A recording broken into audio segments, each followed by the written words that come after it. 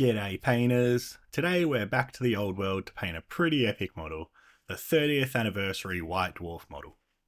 Let's paint. As always, I start from purple for my dwarves. So this was hit with grey Seer from a rattle can, then Vampiric Purple Xpress colour through the airbrush. This is because my entire dwarf army only uses purple for the shadow colour. It's something I wanted to try for my army and I've liked the results so far. Then I start blocking everything in. First it was Topaz Skin.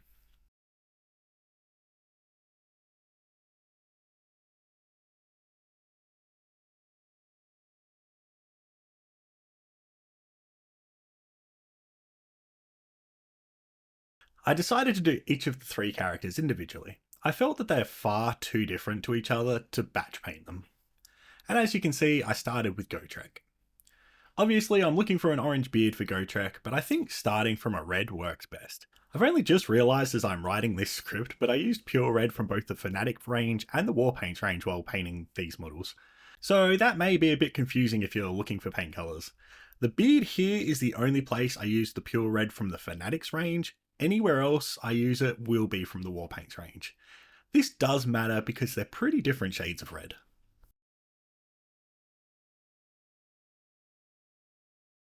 Normally Gotrek has white and blue striped pants, but I made some decisions painting these models to make them fit my army scheme a bit better, and one of those decisions was to just use my normal blue recipe for his pants, and that starts with Dark Sky.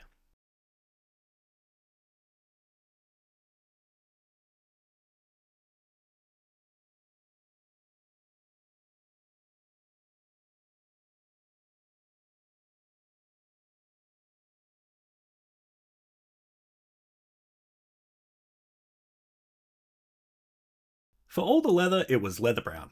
There's a fair bit of leather on Gotrek. The boots, braces, weapon grip, belt, and the eye patch all get blocked in.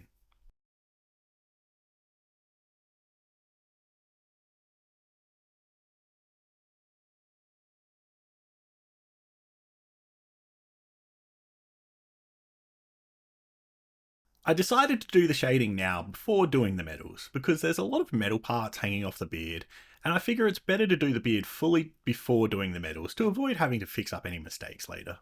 I'm being pretty selective of where I do the wash on the skin. I don't want to lose my mid-tone here, so I'm just brushing it into the recesses and shadowed spots, rather than doing an all-over wash. For the hair and beard, however, that gets an all-over wash.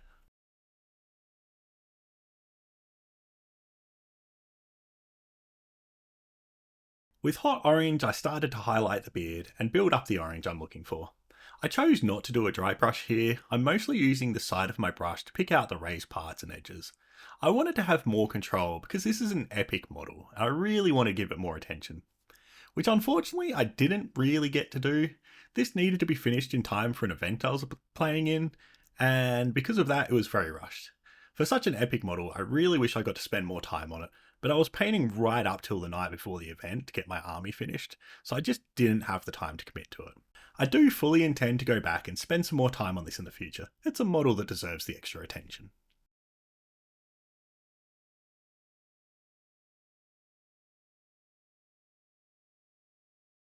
That doesn't mean I'm not happy with how it came out.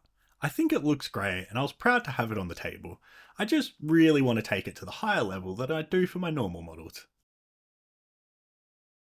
I finished the beard with a 50-50 mix of hot orange and demonic yellow. With this, I was just looking to pick out the most raised parts and the edges, especially on the hair, which would be in the most light.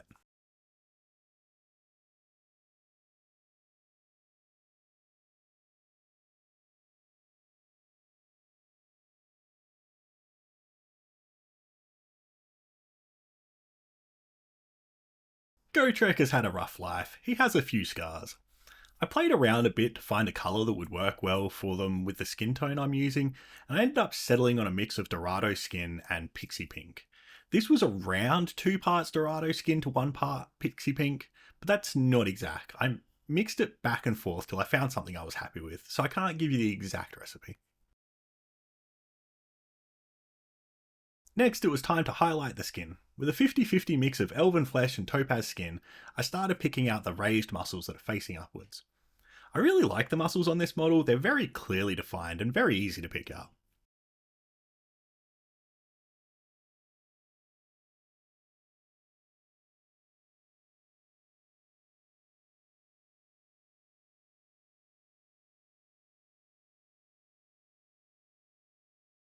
As I worked on the highlights, I continued to add more elven flesh to the mix and worked in smaller areas to build up the highlights with a smooth gradient. I didn't want to go all the way up to elven flesh since Gotrek is pretty tanned, so I kept it with a mix not to lose the more tanned look I was after.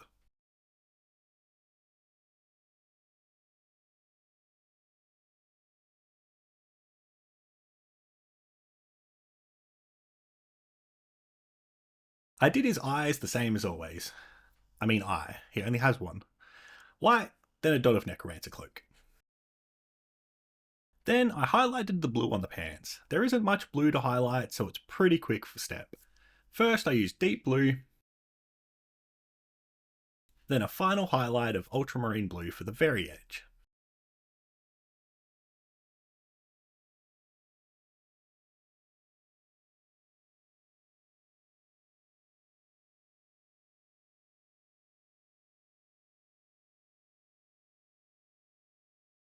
For highlighting the leather, I used a 50-50 mix of leather brown and ice yellow. When I'm highlighting the leather, I like to do it with scratchy highlights. It helps give the sort of texture you'd expect on leather and just sells it better than the normal smooth highlights you do on other parts.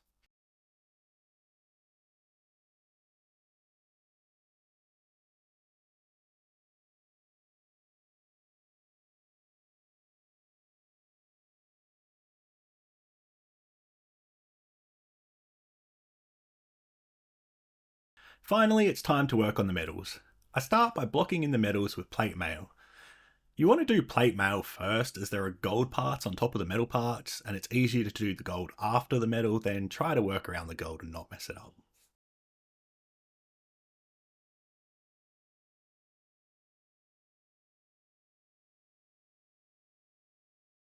Then for the golds, it's hammered copper. Gotrek has collected a lot of idols and metals in his travels, so make sure you're picking them all out as you work around the model. I also did the metallic parts on his braces as gold and the runes on his axe.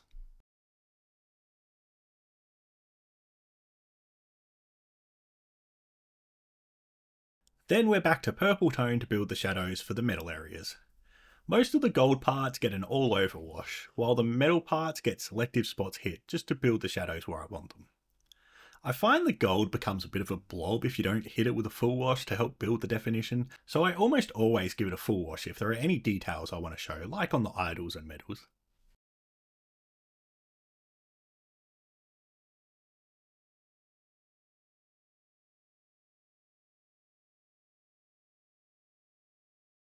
Then it's Shining Silver to highlight the medals. Most of this is an edge highlight on the axe, though make sure you give his nose chain a bit of a highlight too.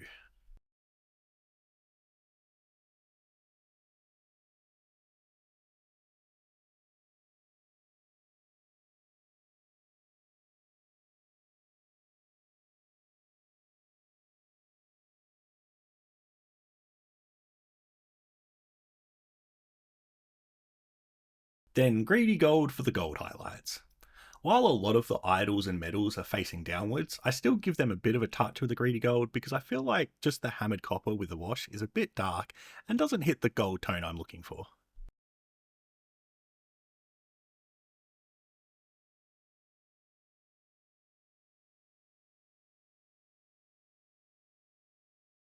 Somehow we got all the way to this step and I hadn't done his teeth, so I hit them with some ancient stone.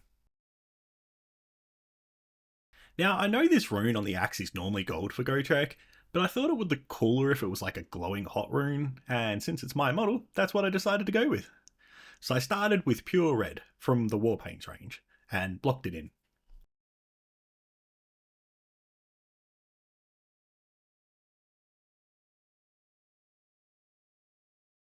Then with hot orange, I did a smaller layer inside the pure red, making sure to leave some of the red showing on the outside.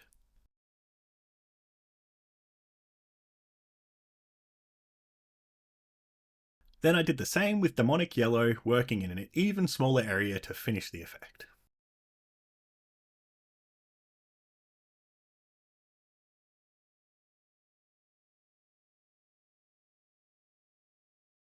And Gotrek's done. That could have been a full video by itself, but we still have 2 more characters to go, so strap in, it's gonna be a long one.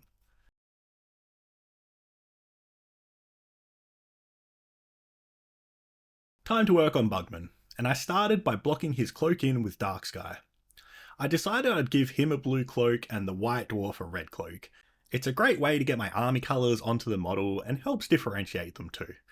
I'm also pretty sure that's the normal colour for their cloaks. I could be wrong on that, but either way, it works.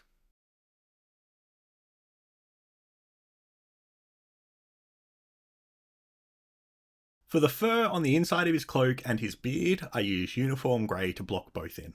This does run the risk of them being too similar, but I do give the beard some extra highlighting later, and I think they end up being different enough that doesn't blend together too much.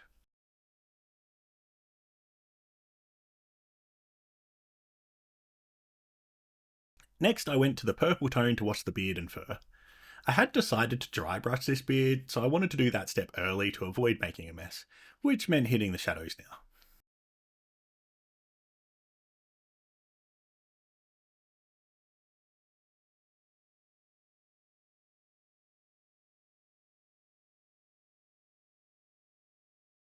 I lost some footage here unfortunately because my camera froze, which also means I don't have an accurate time, so I'm just adding the time from the footage I have. Sorry about that. But I did a dry brush of 50-50 white and uniform grey for both the fur and the beard, then a dry brush of white just on the beard to make that pop more and stand out.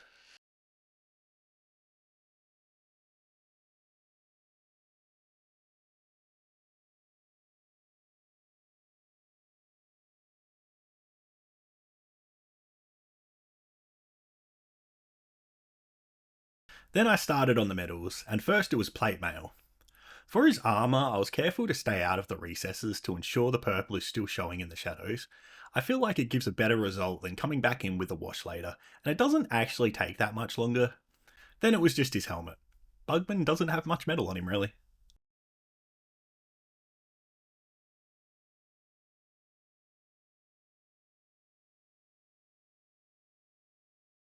Then for the golds it was hammered copper again. This step took a fair while, mostly because of the trim on his cloak. You want to be careful and take your time, especially to stay out of the recesses so you don't lose those purple shadows.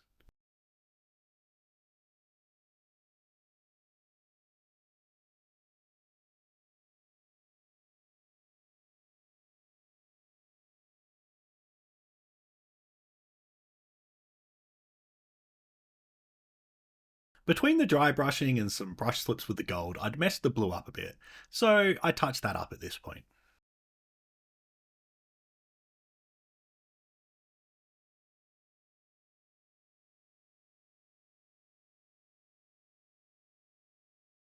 I decided to use the trim on his tunic to sneak some of the red onto him for my army colours. It also helped create some interest on the model. He was looking a bit one-dimensional before this.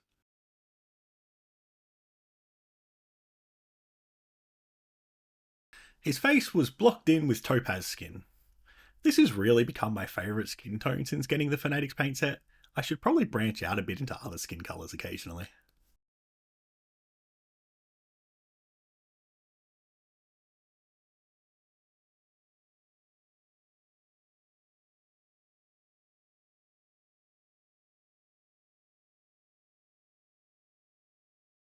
For the top of the tankard, I painted it as if it was foam coming out of it. But looking at it now, I think there's definitely some liquid there too. This is a part I'll probably change when I revisit the model, add some ale showing instead of it just being foam. Though I think it looks fine as foam too, and there's no problem with leaving it like that if you prefer it that way. The horns on his helmet I did with skeleton bone. You could probably do this as ancient stone, which I actually do for the White Dwarf's horns later. Mostly I did it skeleton bone so it didn't look the same as the foam on the tankard.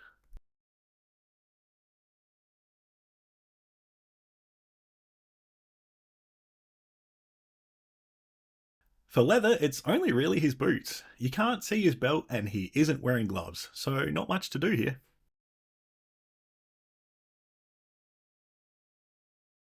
Back to purple tone for some shading. His face and the horns get an all over wash, along with the medals and idols on his belt. Everywhere else got targeted shadows only in the recesses and deep spots.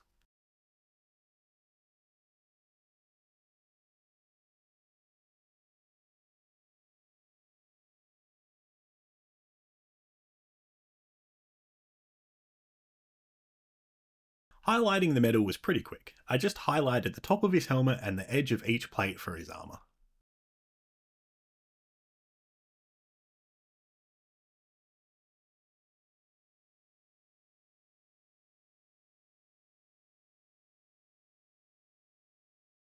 The gold took a bit longer. Once again, this was mostly due to the trim on the cloak. I just picked out the top parts, being careful to avoid the recesses again. There are parts of the trim that are in deeper parts or in shadows, like under the arm. You want to avoid highlighting these parts, or it'll look wrong.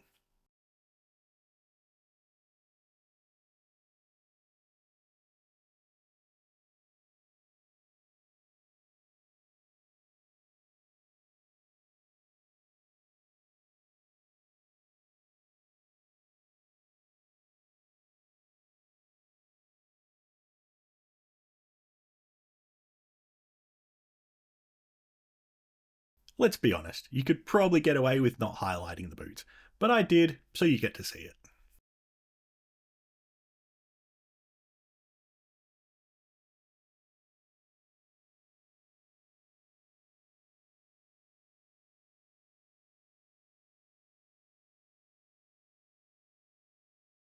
Then with the white, I did the eyes and highlighted the foam on the tanket. After that, I dotted the eyes with Necromancer Cloak. I'm just going to add that time to this stage. You don't need me to show you that. This video is going to be long enough already.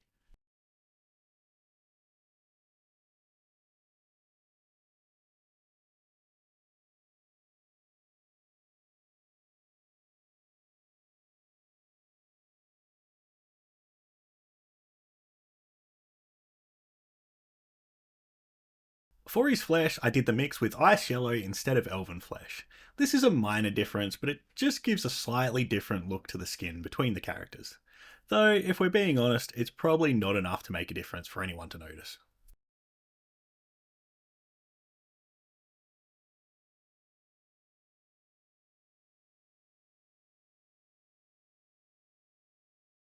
Finally, it was time to highlight the cloak. The first highlight is deep blue. I did a few layers of this to slowly build it up with a decent gradient. For normal rank and file troops, I don't worry too much about building it up with multiple layers. It's not that big a jump, so it looks fine. But this is a special character after all, and even though I'm rushing it, he still deserves that bit of extra attention.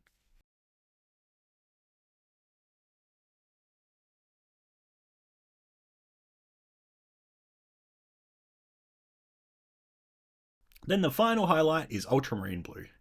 I'm just looking to finish the highlights, so I'm working in the same spots as the previous layer, just in smaller and smaller areas.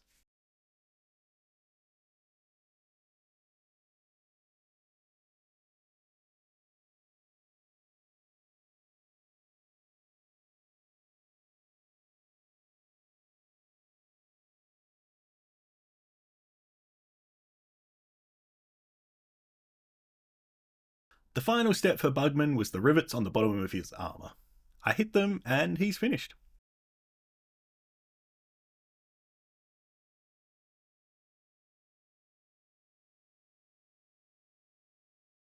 Two down, one to go.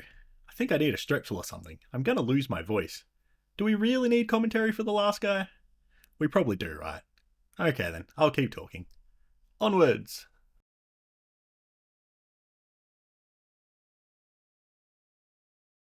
Rather than butcher his name, I'm just going to refer to this guy as the White Dwarf. Feel free to mock me in the comments for being unable to pronounce his name. The first thing I blocked in is his cloak. I used Basilisk Red first because the Vampire Red does not cover well, while the Basilisk Red covers well in one coat and just gives a good base to build the Vampire Red up on later.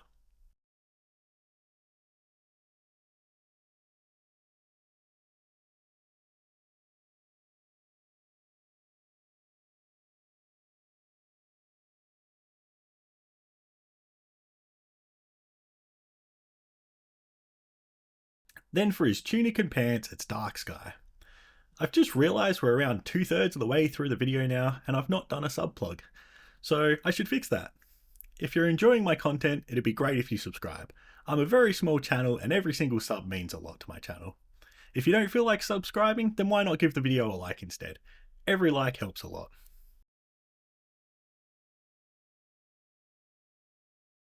Once I was done begging for subs and likes, it was on to the leathers. This was his gloves, boots and satchels. I do wonder if I should have done his gloves black to give him more of a regal look. That might be something I change when I go back to this model, but I think the leather looks fine for now too.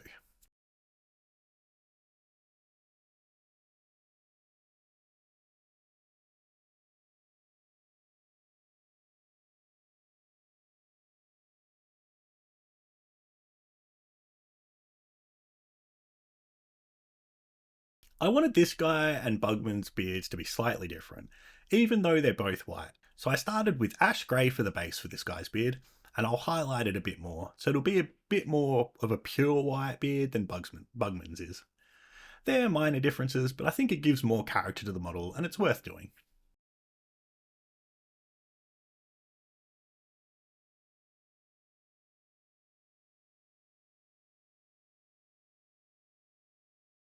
Then I blocked in his face with the same skin tone I always use.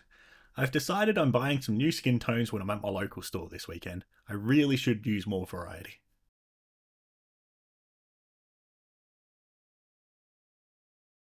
Next, I return to the cloak with Vampire Red to establish the base colour I want here. As you can see, going over the Basilisk Red, it covers really well and doesn't take a million coats. For smaller red areas, I don't mind doing the Vampire Red directly over the purple, but for larger things like the cloak, it just saves so much time to use the Basilisk Red first.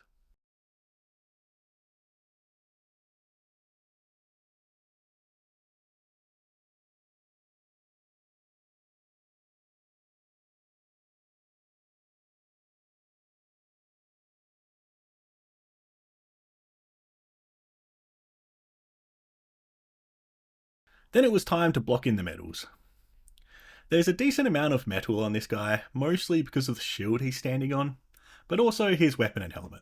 I didn't do his armor as metal because I wanted it to look fancier than the other two, so that'll be done gold in the next step.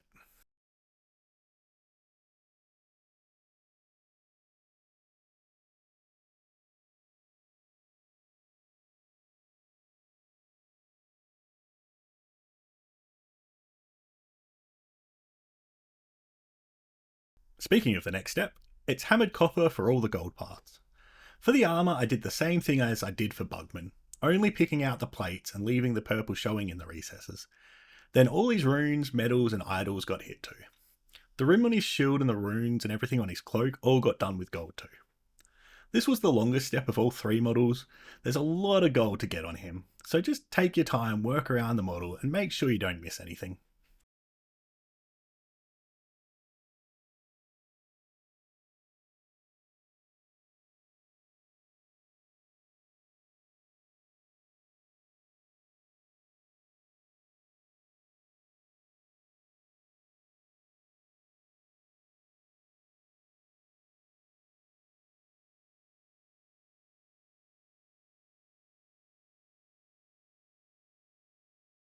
For the horns on his helmet, I used ancient stone. I could have used skeleton bone like I did for Bugman, but I think the small differences really add up to help with the character of the overall model.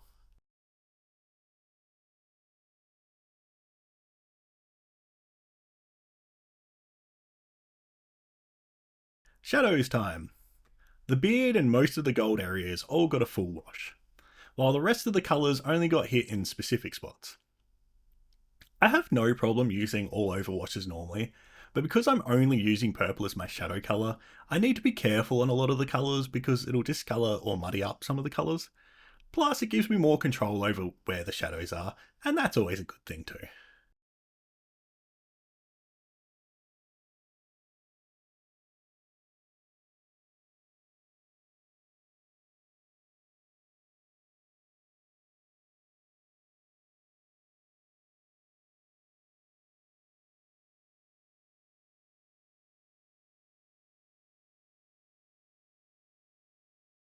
For the beard, I used more of an overbrush than a dry brush.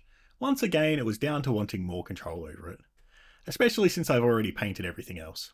I did this pretty heavily because, as I said earlier, I want his beard to be wider than Bugman's, just to show that they're different characters. Also, has anyone noticed I used 3 different techniques for highlighting the beards? That was not intentional.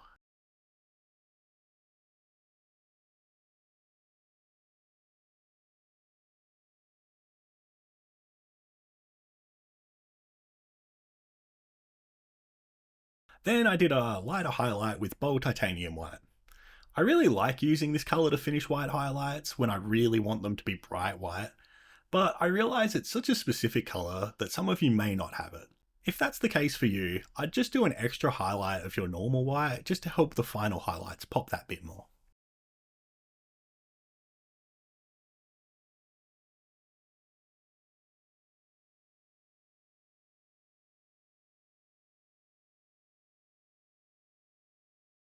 While I had white out, I did the eyes and the highlights on his horns. I come back to do the pupils later.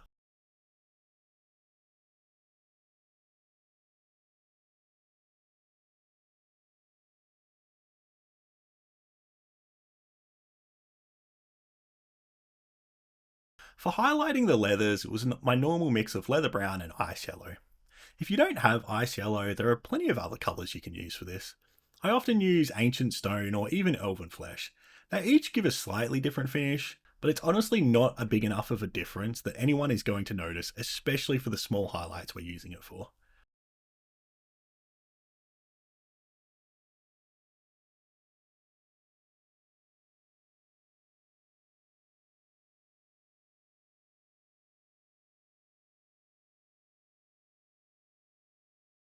Now it's time to work on the cloak. With Dragon Red, I start the first layer of highlights. There are parts on this cloak that are open and you might think you should highlight, but make sure you check the direction they're facing. Some of them are folded under him a bit, so they'd be facing down. If you're not sure, sit it under a lamp and see how the light is hitting. At least the shoulders are easy.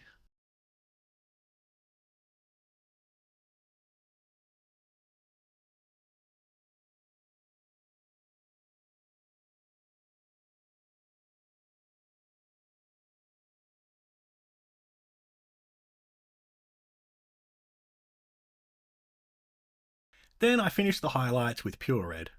Mostly I focus this around the shoulders and along the edges, but there are a few minor folds that I give a very light highlight to. I also did a line highlight down either side of the hem down the middle of the cloak just to help it pop a little bit.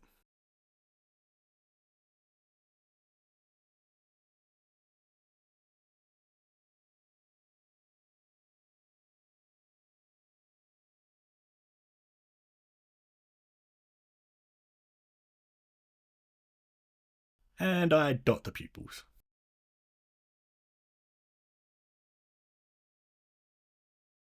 Time to highlight the metals. So back to Shining Silver. The main thing to be careful of here is highlighting the shield he's standing on. The back part of the shield is exposed, so you want to highlight that. But the front part is all shadowed by his beard, so don't highlight that part. Then hit the helmet and axe like you normally would, picking out the top curves and just the parts facing upwards.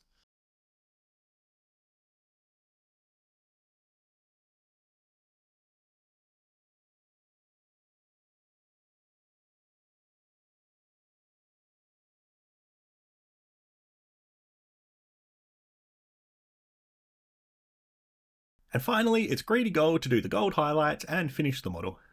There are a lot of idols and medals on this model, and the majority of them are facing upwards, so make sure you give them all a bit of love here. This is also a good chance to tidy up the ones on the beard that you may have hit when doing the beard highlights.